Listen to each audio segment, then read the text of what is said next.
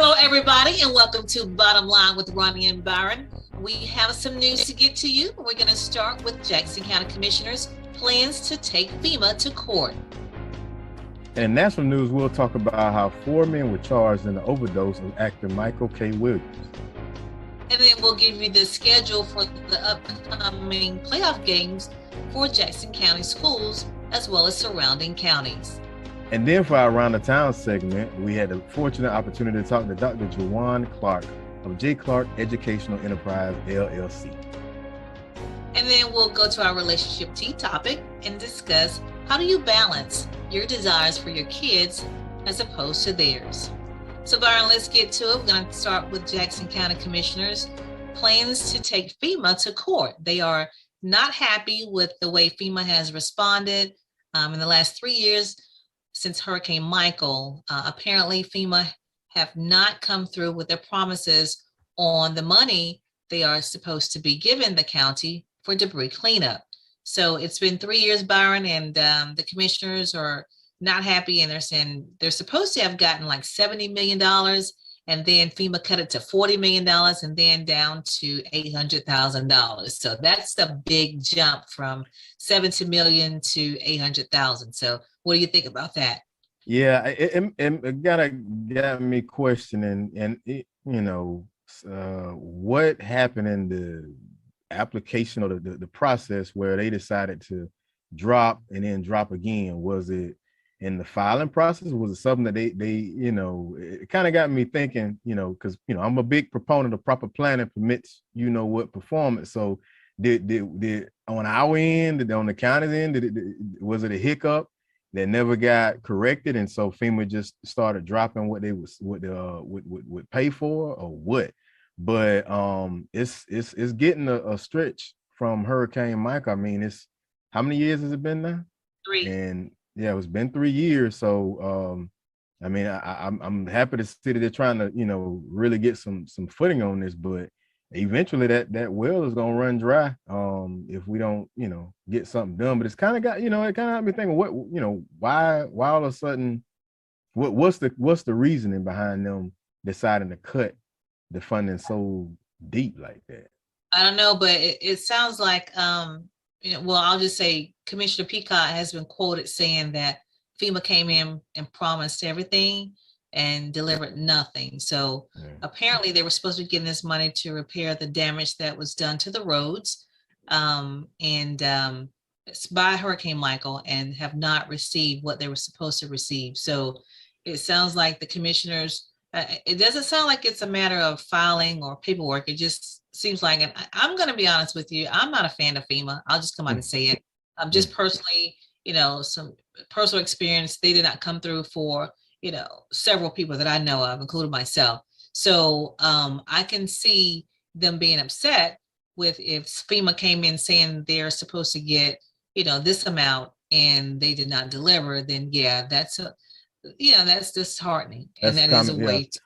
Well, if that's common practice, then that makes sense. But one thing I do know, if you've got the documentation, if you got the proof, it's going to be hard for FEMA to kind of wiggle their way out of that one.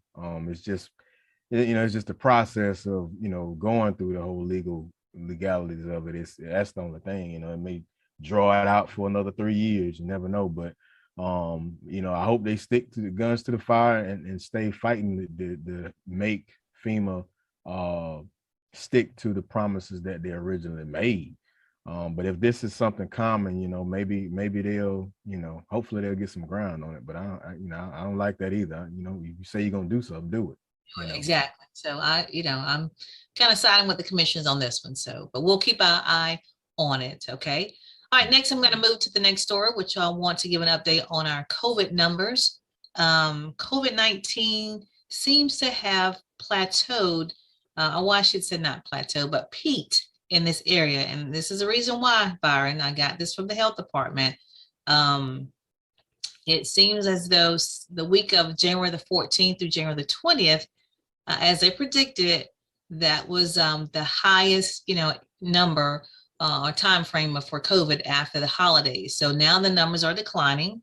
I'll give you some numbers. So the week of January the 14th through the 20th, it was the new cases was 995. Okay.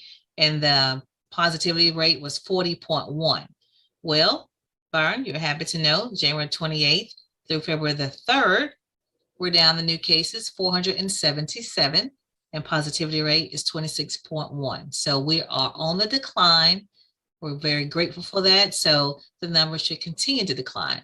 We have to make sure that we understand that, they figured that after the holidays, it would just, kind of spiral out of control, but it's good to see that the numbers have peaked and we're on decline. Currently, Byron, there's only 25 people. I shouldn't say only, but there are 25 people currently in Jackson Hospital and 2 on ventilators, and that's is of yesterday's date. Okay, so I want to give you that update. Want to make sure that we know that local and state news is brought to you by Brightway Insurance. Brightway Insurance is located in Marianna on Caledonia Street. You may call TD Horn and his staff and get any type of property insurance, business insurance, life insurance, any type of insurance that you may need. You may also reach them at 850-633-3460 and let them know that you heard us here on Bottom Line with Roni and Byron talking about their business. So again, Byron, want to make sure that everybody understands that we are on a decline in numbers for COVID-19. Isn't that awesome? Yeah. I'm happy to hear that because hey, it got me when it got to me. I said, well, I'm good now, but yeah, I thought I was gonna dodge. I'm blaming it on the dog. I hadn't been nowhere, and I catch COVID. But that's a good news to see this on the decline. I guess everybody said, well, we got to get Byron, and then we'll start getting it on up out of here. We're glad you beat it and came away with no major issues. So good to hear that. Yeah. All right. Again, want to make sure everybody knows. Contact TD Horn and his staff at Brightway Insurance. They're located at 2867 Caledonia Street in Marianna, and you can reach them at 850-633-3460. Make sure you contact them for all of your insurance needs. What do you have for national news, Byron? Okay, so for national, before I get into my story, I want to talk about people that organizations or business that care about you. People's Funeral Home, because they care, they're here when you need us. Long Granbury Funeral Services Incorporated, doing business as People's Funeral Home, Marianna and Battle Mortuary, Panama City, offers services that is within the reach of all. The caring staff is available 24/7, and when the need arises, their services are designed to commemorate the life being remembered at a price suitable for all. So please give Cephas and Gwen a call at 850-482-2233. Again, that's 850-482-2233, or simply stop by for more information. That's People's Funeral Home. So the first story I want to talk about, 4 men were charged in the overdose of actor Michael K. Williams. I know him best for his character Omar on the series The Wire. But he's played in many movies since then. But 4 men believed to be members of a drug distribution crew. They were actually charged with, I think it was narcotics conspiracy. Narcotics conspiracy was the actual charge. So basically, they sold him drugs it was heroin that was laced with fentanyl. So because they laced these drugs with fentanyl is hence why they can get them charge them with the narcotics conspiracy. And they have footage and evidence showing that they were still selling the same drugs even after Mr. Williams was found dead, and knowing that he was found dead as a result to the drugs that they were selling. So hopefully this brings a conviction, and if it does, then this will set a precedence for those that are out selling drugs that may be laced with fentanyl or any other drug that would automatically bring death. So let that be. Hopefully this will come out, and hopefully something positive comes out of it. He was 54 when he died, and that was astonishing for me, because I was like, man, I kind of felt like Kevin Hart on that interview with Don Cheadle. I was like, man, 54, he looked great for 54. But yeah, it was sad to see him go, and hopefully, like I said, they get a conviction out of these charges. So, good. So, in my next story, it's kind of I'm lining up 2-3 stores together to kind of get the people and get our viewers to seeing what is kind of on the horizon with the economy. So Amazon has raised its prices for Amazon Prime as profits jump. Amazon is raising the price of Prime service for U.S. customers after reporting record sales and profits. So they're actually going up by 17% to $139 for annual membership. Now, the firm they're citing increased wages and shipping costs and said that they had no announcement to make about other countries. But so U.S. Citizens that are Prime members, it's gonna go up. And they haven't had an increase since 2018. Now, if I fast forward to the next store, Starbucks is raising its prices to offset costs. So they're citing it based on labor shortages, coronavirus related restrictions in China, things of that such, but they're actually raising their prices. So citing inflation and all of that. So if you notice now, Facebook has they're taking a big loss Friday with the metaverse that they're trying to implement with Facebook, and they've taken a big hit in the stock market. Even Zuckerberg, he's taking a big loss as well. So now you're starting to notice these businesses are basically going to put their losses and even their profits, when you look at Amazon's case, onto the consumer. So inflation, we've got the Fed actually saying that they're going to bring the interest rates are going to go back up probably as soon as March. And so be prepared. So start to find some alternatives. If you're crazy about Starbucks, I suggest, hey, get you a Keurig, do something, get you an alternative to get your caffeine fix. If you was always on Amazon, you might have to take a break from Prime for a little bit, but start to make those adjustments, because it's coming. It's coming. That coronavirus, back when everybody was back and they was still trying to get your business, now your business is coming back and things are going to go up. So I just say be prepared. What's the percentage, Byron? What's the percentage that is going up? Do you know? As far as the interest rates? Yes. They haven't said yet, but they're basically, that stretch where, things was dropped down to like 2%. And even in some cases, people, home ownership and home loans was down to like 1%. I want to say that they're going to start at like 3.5%, but I'll double down and get that info. What about Starbucks? How much are they going up? Starbucks, in the store, it's not saying how much they're increasing, but they're basically making their claim that fast food prices have also shot up by 8% since 2021. So they're in a way, they're kind of saying it but not saying it, like everybody else raising their prices. We raising our prices too. But in this, they're citing rising inflation, supply chain disruptions, and increasing labor costs. But it looks like and this is what happens, we see it in the opposite end when it comes to vehicles transitioning to charging, electric cars and electric vehicles, because that technology has been around for a very long time. But it's like, if one business does it and starts to, make a big benefit, then everybody's doing it. So if one gas station in your area, lowers the price or raises the price, then everybody's going to start raising it. And this is that's where how it's done. It's like a domino effect. So, it's a domino effect. And that's how understand how the economy works. When they notice what you're willing to spend and with no problem, then everybody's going to do the same thing. So I just think if one raises up prices, just hold tight. Yeah. Supply and demand. That's how it works. So look for those alternatives, and until you're, if you're able, then fine. But don't break the bank trying to go and get Starbucks every day. You may have to find another alternative. You can just go and get some Swiss. That's what I use. Hey, I'm good with the dollar store, the Clover Valley brand. I'm good with that. Swiss with the marshmallows, so I gotta have the Swiss with the marshmallow. But I'm good with that. It's not that expensive. The last I checked. Yeah. All right. Good. So that's it for national. Before I step away, I want to talk about People's Funeral Home. Because they care, they're here when you need us. Long Granbury Funeral Services Incorporated, doing business as People's Funeral Home, Mariana and Battle Mortuary, Panama City, offers services that are within the reach of all. Their caring staff is available 24/7 or when the need arises.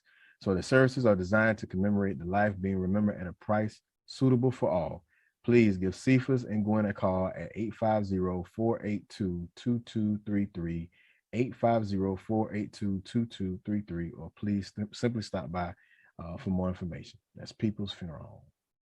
All right, we'll switch to sports and give the schedule. Byron, the teams are getting ready and trying to for playoffs headed to Lakeland for championship games. So we're going to start by giving what's going to happen this upcoming week.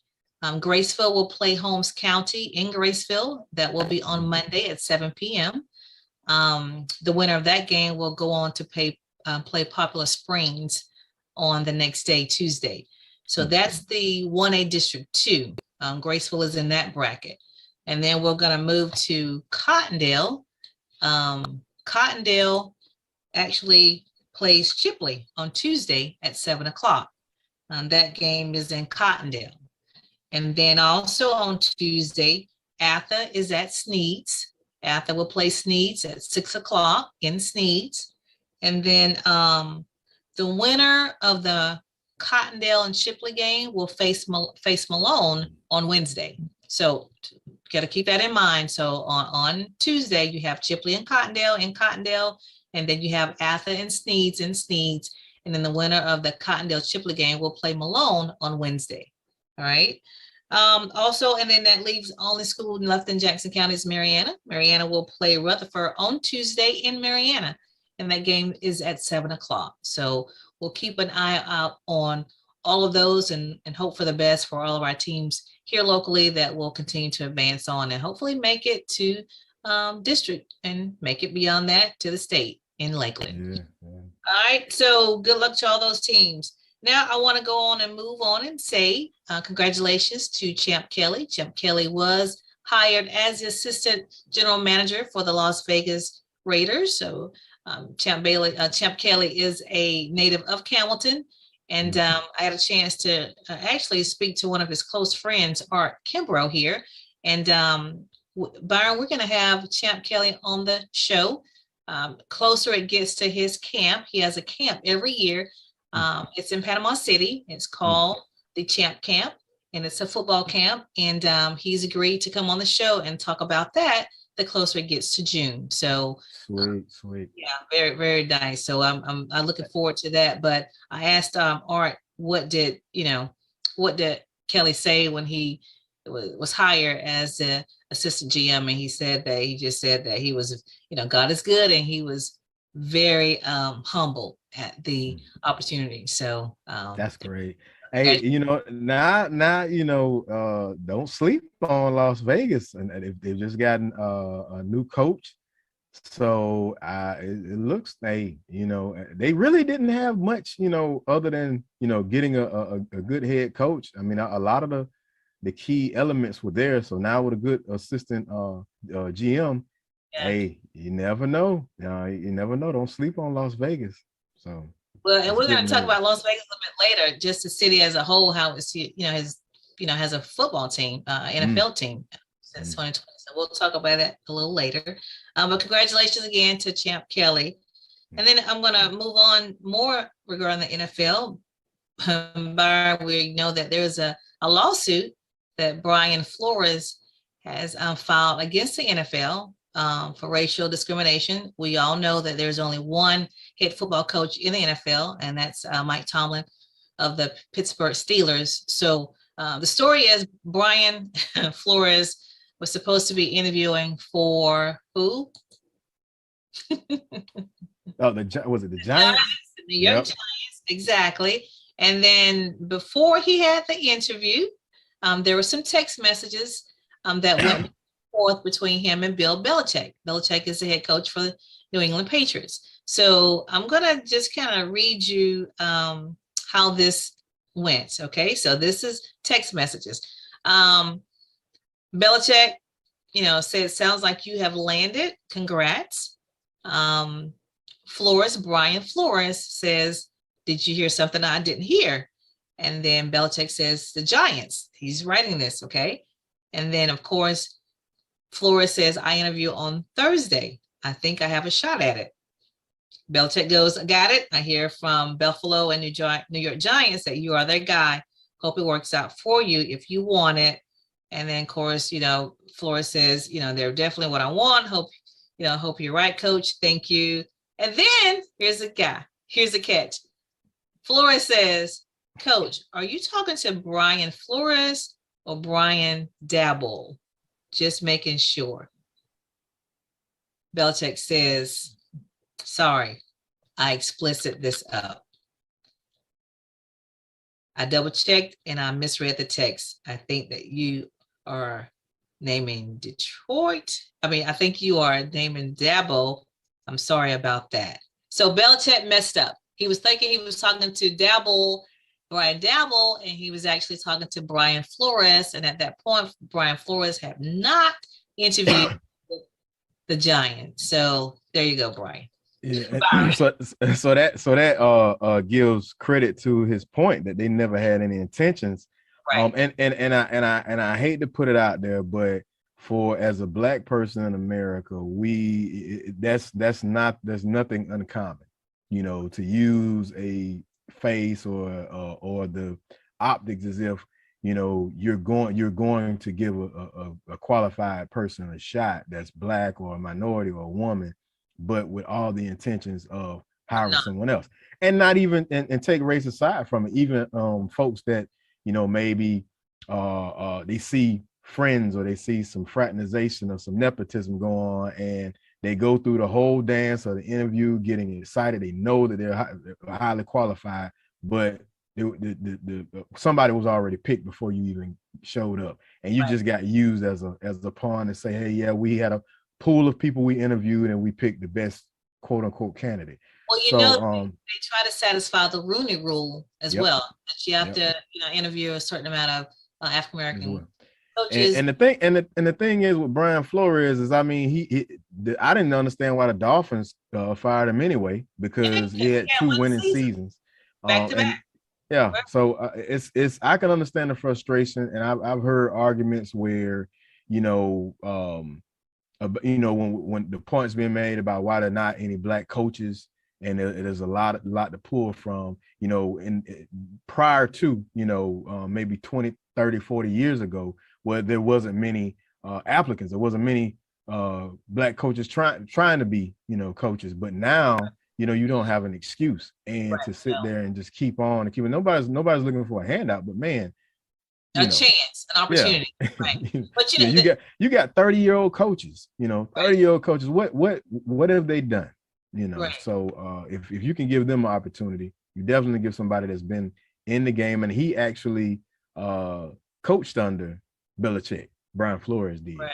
So but isn't that kind of crazy how Belichick says, I think they're naming Brian Dabble. I'm sorry. Have you seen the viral? It's a post that went viral where the internet is always undefeated, where somebody put no, white Brian, not Black Brian.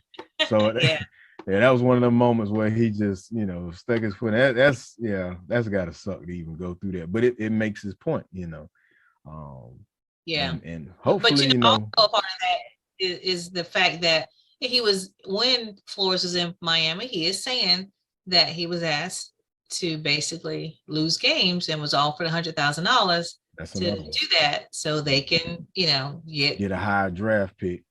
Exactly. It's just, it's crazy, but yeah. I hate it for Miami, because I've been hoping for Miami even when with Dan Marino, but it's like I don't know, but the Bengals are in the Super Bowl, so anything is possible. But Miami is the organization.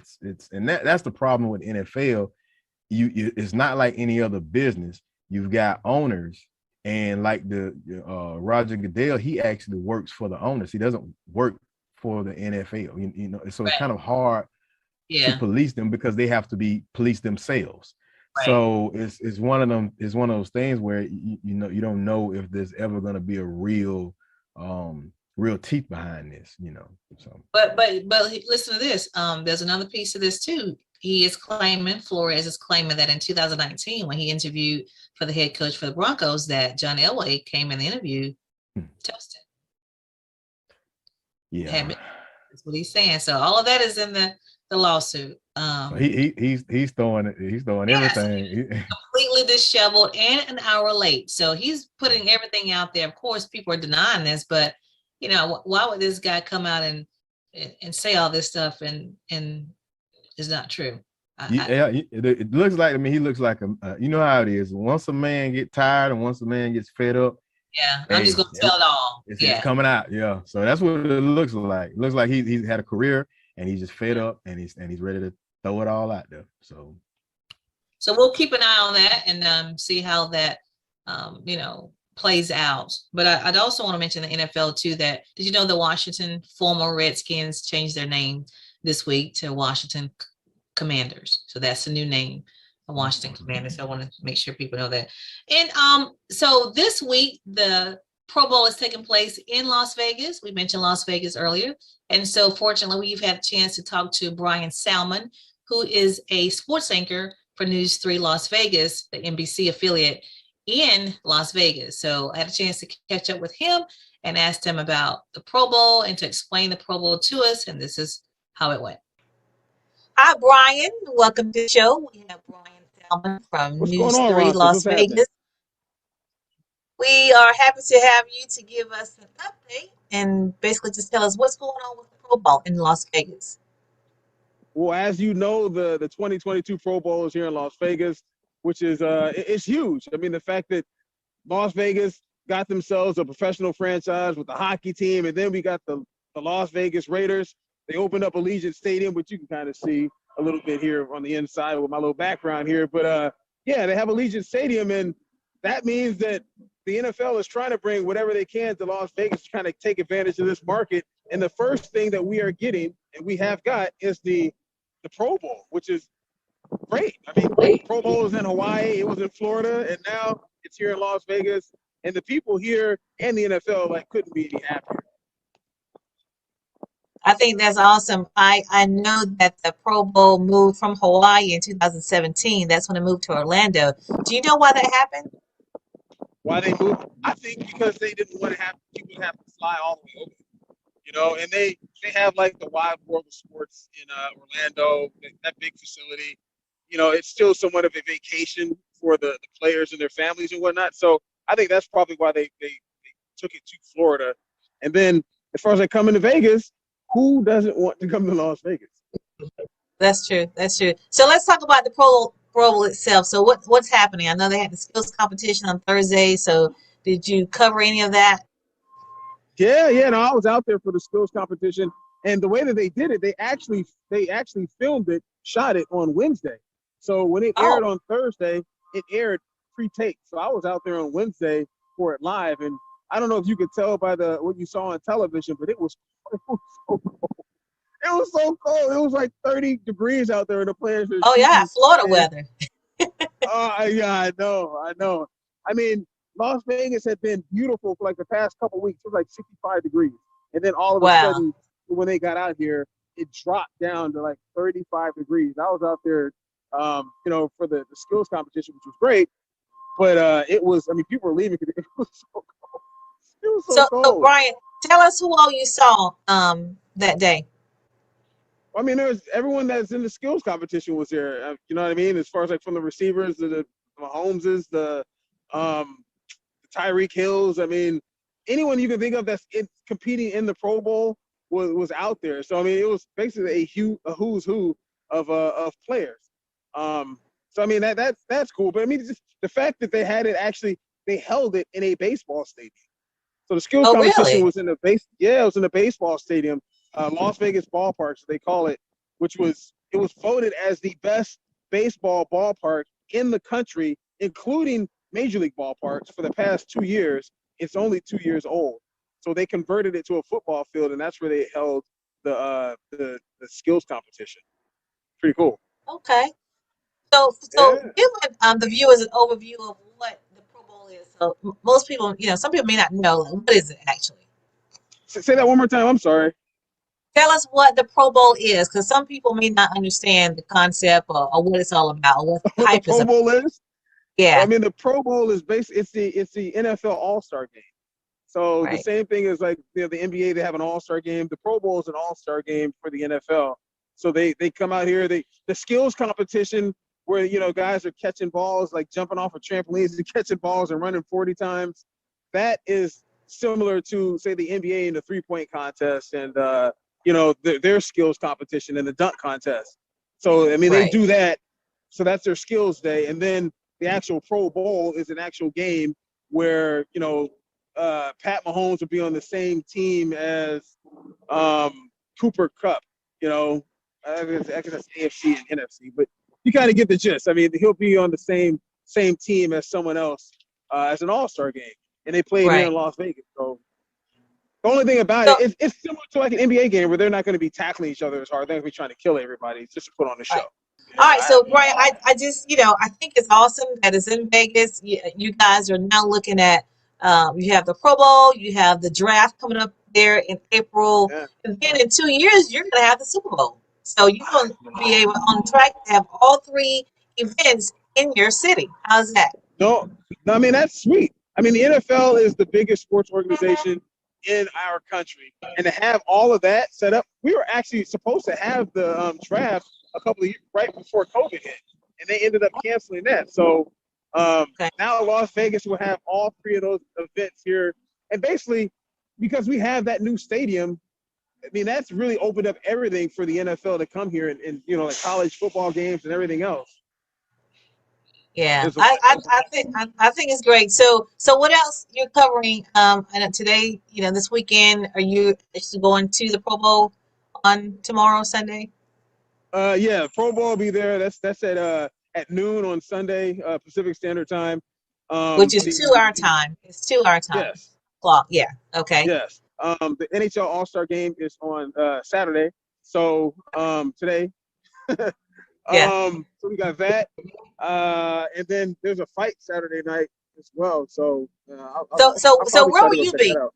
At all that, where will you be? What events I'm are you going to go to all of them. I'm just trying to go to all of them. I'll go to the NHL All-Star game, and then I'll go to the fight, because the fight, probably like the main event, won't happen until probably 9 o'clock. So I'll check that out.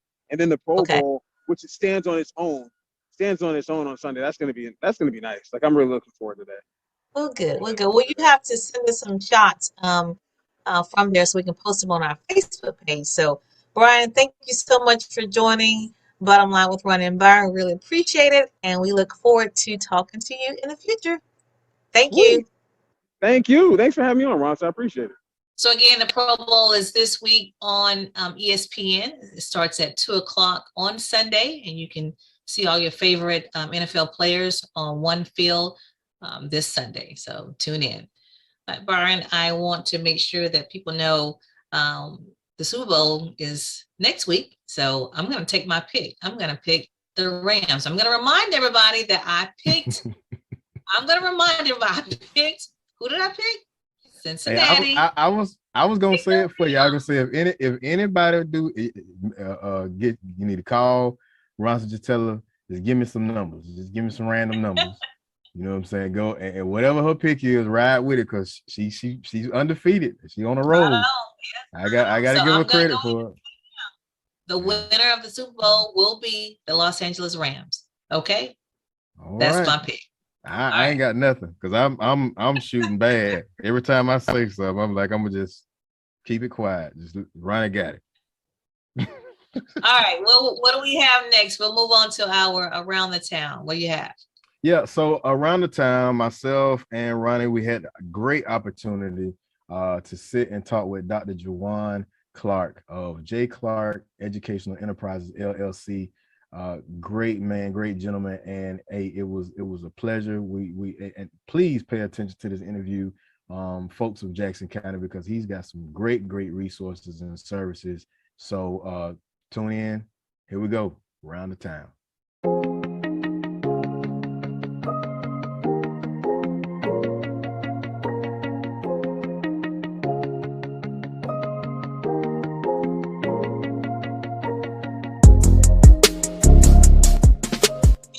our Around the Town segment today, we have a special guest, Juwan Clark, who's the owner of J. Clark Educational Enterprises. Welcome to the show, Juwan. Welcome, Thank you. welcome. Thank you guys for having me. I appreciate it. Now tell us exactly what does your company do? So our company, J. Clark Educational Enterprises, we do a few things. We offer educational support for the school districts. We offer tutoring services for parents, for students in the K-12 system.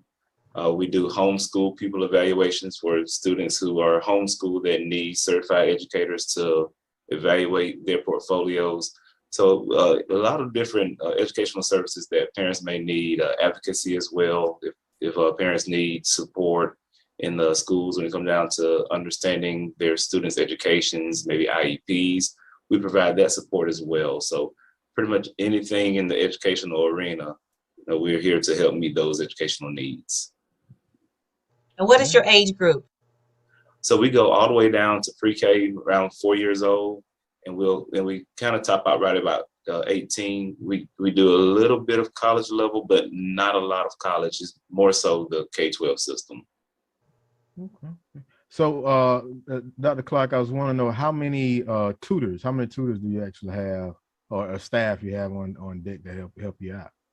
So we currently we're running about 18 tutors. Wow. We typically run. We have two different locations. We use Chipola College here in the School of Education, as we've partnered with Chipola, and it basically allows the students here at Chipola who desire to be teachers, allows them to have an opportunity to work in the field before they become teachers and get a lot of hands-on experience, differentiating instruction, analyzing data, meeting the diverse needs of those students.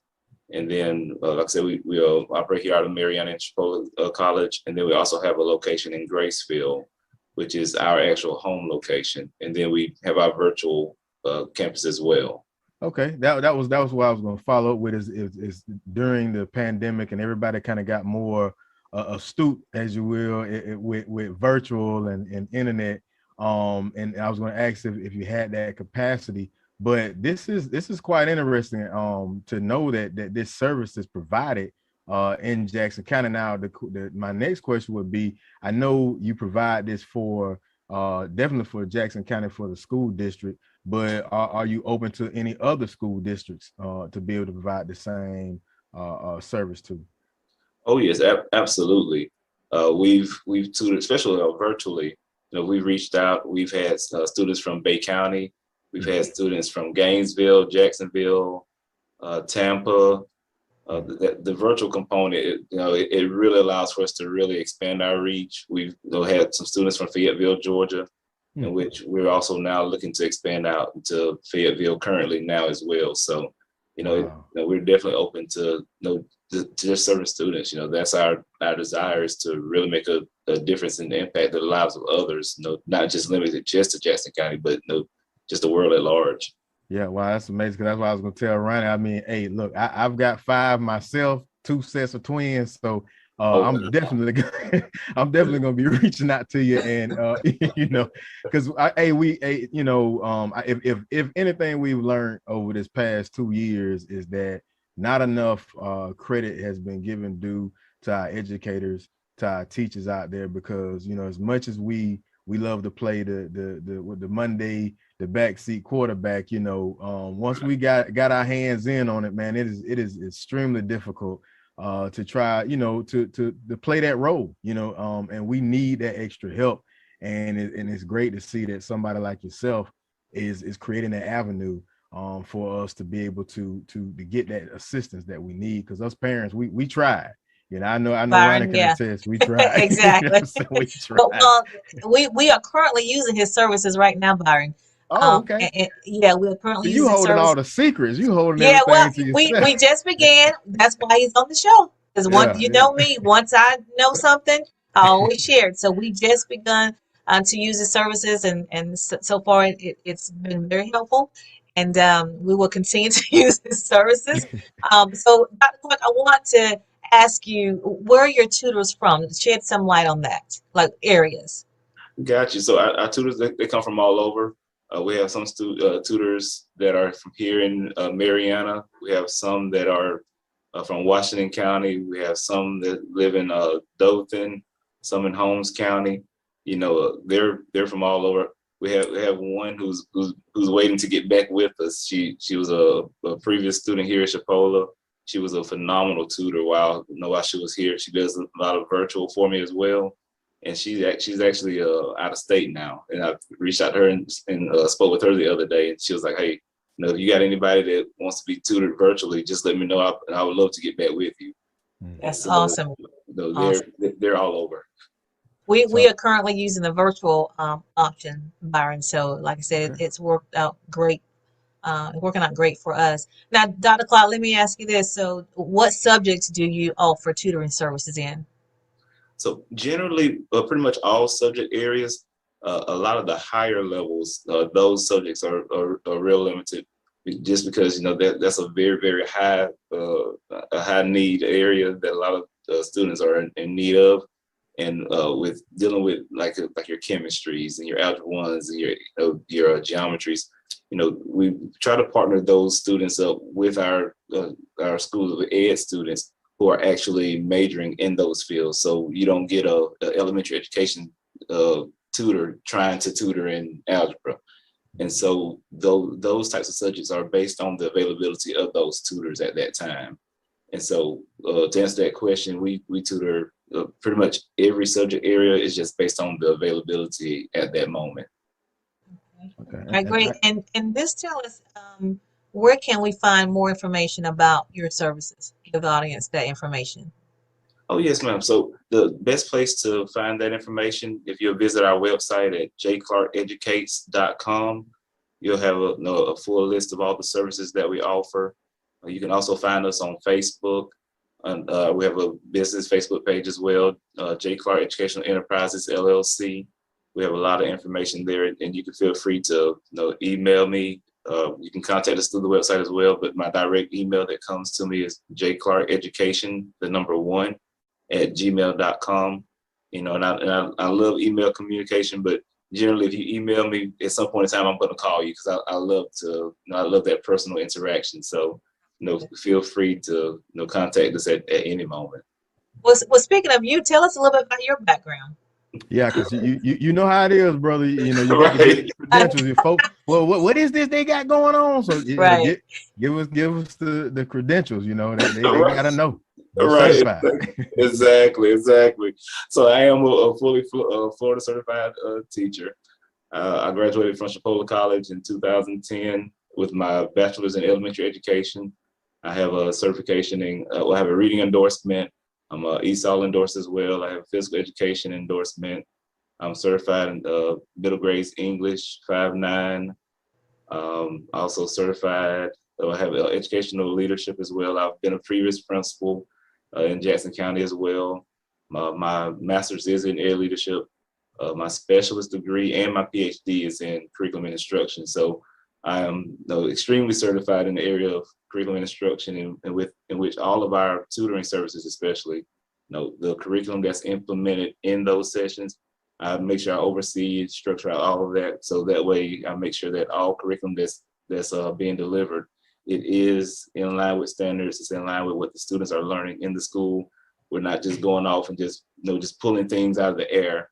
Everything is mainstreamed, and that's something that I personally oversee. That's good. That is good. Now, you mentioned something that you, as far as being a principal, Byron, he used to be the assistant principal and the principal, right, at Graceville High. Is that right? I remember. Outstanding. Yeah. And then when he left, we were really kind of, it was bittersweet. We was glad to see him move on to Chipola, but we hate to see him leaving us at the Jackson County School District. So, but I'm so happy that you are flourishing, and I'm happy that you basically has established this resource for our kids, because a lot of kids, I'm going to say we were kind of struggling, like, who can we get to help? And I totally forgot. I will admit, I said this to you, Dr. Clark. I totally forgot. And Byron, Dr. Clark was a classmate of my brother who passed in 2006. They were classmates. They were very good friends. And so I've known Duane for a very long time. That's great. That's outstanding. And that's what I was telling him offline. I had shouts out to assistant principal at Malone School, Brian Hardy. He had told me, weeks back, hey, you need to get in contact with him because you guys are you're like kindred spirits. And I was like, I've been intending to get with you, brother. And when Ronnie told me you're gonna be on the segment, I was like, hey, it just the stars aligned. It's like Right. and it just worked out perfect. And it's a lot of different things that I've been trying to work on. And like I say, this is great because I'm telling you, I'm definitely going to be reaching out for your services because, like I said, I've got, this past pandemic, it was like I had 3 classrooms going. I had K3, 4th grade, and 5th grade all going at the same time, and I was just like, Yeah. I, Well, I'm telling you, if I got a Byron, duo, it'll work. But just me by myself, oh no, I can't do it. give him a call, and I want to make sure that everybody knows that this service is available to you and it's very reasonable. And so I want to make sure we push this Mhm. because a lot of parents are in the same position I was, just kind of like you're trying to find somebody and trying to get on their schedule, and it's kind of how difficult, and you just at your wits end. But I found the resource and I want to share it. So Byron, you make sure you get your kids on the schedule. And is there anything else, Dr. Clark, we need to say or you want to share with our audience? Sure. One thing I would like to express, definitely want to thank you, Ronnie, and thank you, Byron, for inviting me on this segment. I definitely appreciate the opportunity to share my heart and my passion with everyone. And I just want to express how much we are humbled to be able to serve the community. That's our whole focus. Our whole goal is to empower the students, empower the parents, equip them with the knowledge that they need as well to allow their students to be able to flourish. So if there's anything that we can do to help support, please feel free to give us a call, email. We would definitely get with you, reach out to you, and see how can we meet your educational needs. Great. Once again, that's J. Clark Educational Enterprises. That's www.jclarkeducates.com. That's www.jclarkeducates.com. You can find them on Facebook at J. Clark Enterprises LLC. And you can email Mr. Clark, Dr. Clark at jclarkeducation1@gmail.com. So we're going to have it on right there so you can get that information and reach out to them ASAP. All right. Well, we thank you for joining us, Dr. Clark, and I will be seeing you real soon. All right, sounds great. You have a great day. You too. All right, brother. All right, that was great. A lot of information. As I said in the interview, we're using his services. I want to encourage everybody to reach out to him. Byron has information on the screen, so please reach out to Dr. Clark and his staff to get the assistance that you need for your school-age child. Yeah. And once again, all our viewers out there and our supporters, make sure you know someone, a business, whatever service, vendor, anything, get in contact with us because we want to reach and give them as much exposure as we possibly can. Right? That's right. That's right. All right. Now we're going to move on to our relationship T segment. And today we're going to talk some tough questions. Parents, how do you balance your desires for your children versus their desires? And I'm going to specifically talk about if you have a kid who really wants to play sports, but you want them to be in the drama club. So how do you balance it out? Who wins? What do you do? Yeah, so that's a tough one for me. Now I'm out to be clear.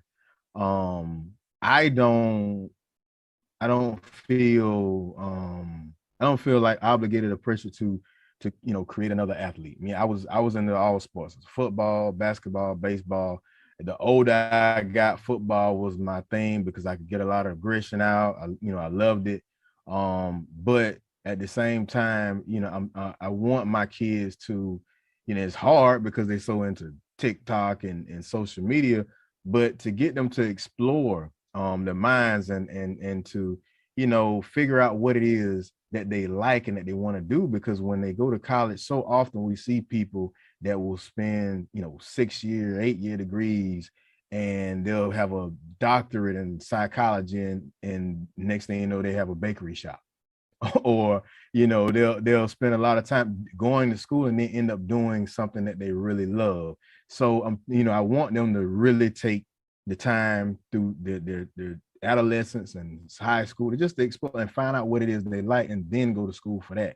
But I am a competitive person at the end of the day, so I have my kids in the sports, and I sat down with them to talk to them about it, because like I said, I'm a competitive person. If I'm gonna have you in basketball, I'm gonna have you in football, then I'm gonna have you out there doing. If you're gonna do it, you're gonna do it right, and you're gonna give it 100%. But yeah, I ain't gonna spend. I ain't gonna spend all my money. You know what I'm saying, to do all this stuff, and you just gonna sit around and not do it. You're gonna compete, and I just want them to have a physically fit life, be in shape. Learn the benefits of having a body that's in shape, but at the same time, I want them to. So it's a hard balance, because a lot of times our kids they look to us, to be proud of them, for that support, and you don't want that to get lost. I'm happy no matter what you do, but you might see me happy when you make a score or something, but that doesn't mean that daddy wants you to play basketball.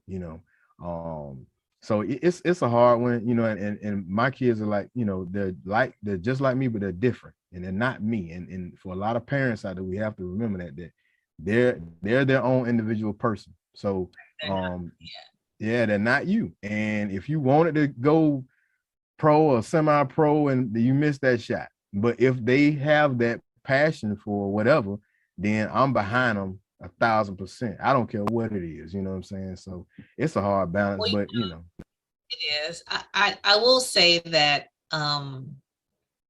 when you're looking at your kids, you want them to do better than you. You want them to have more opportunities than you had, and you want them to take advantage of the opportunities that you may not even knew about, but you're aware now. So you're wanting to make sure that your kid has every opportunity to be the best, and to experience, different things. So I think for me, that's where my desire maybe, can overlap, because I'm like, well, I didn't have this when I was, when I was a kid. Hey. I didn't have this opportunity. So you need to take advantage of this opportunity. That's what my battle is. Cause I'm like, I guess I'm seeing it like, man, these are great opportunities that I had no knowledge of, or I didn't have the chance to even participate in. So you should do this. And I have to, step back and say, well, do you want to do this? Here's an opportunity. So I try to balance it that way. Like, here's some opportunities.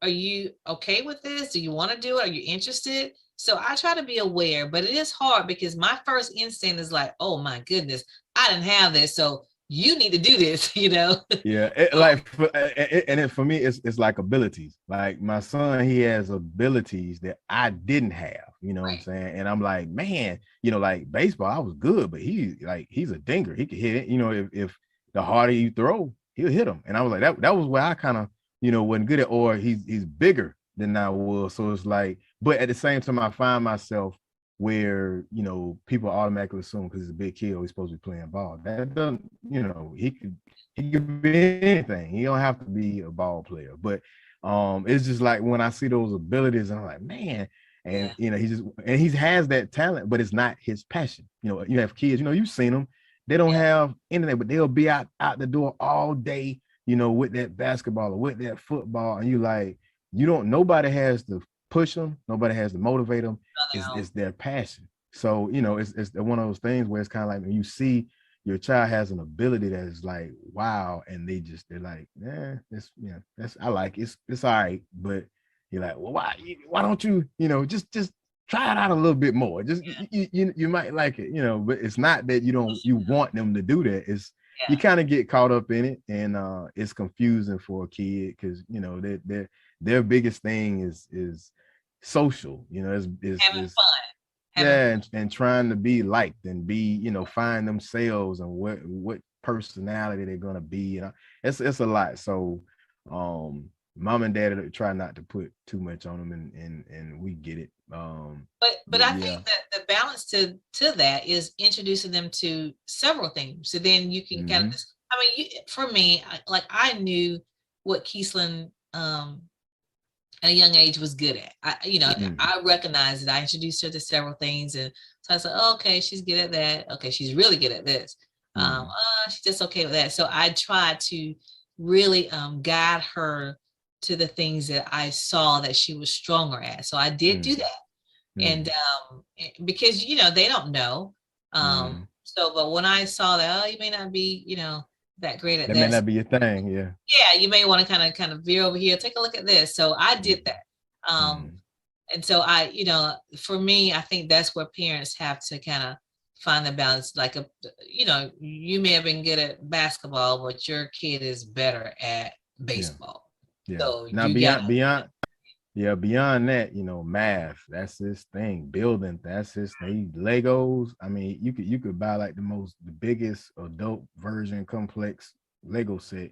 He'll put it together in like a day or two. So he's more of that than sports. All of my kids, they got something specific that they're just like, you give it to them and they won't, they and that's, like you said, that's kind of been my, my guiding light to kind of say, hey, have you ever thought about, because as parents, you can see what's the next stage to the next, for what it is they're into, and what they have that just natural. You don't have to say nothing.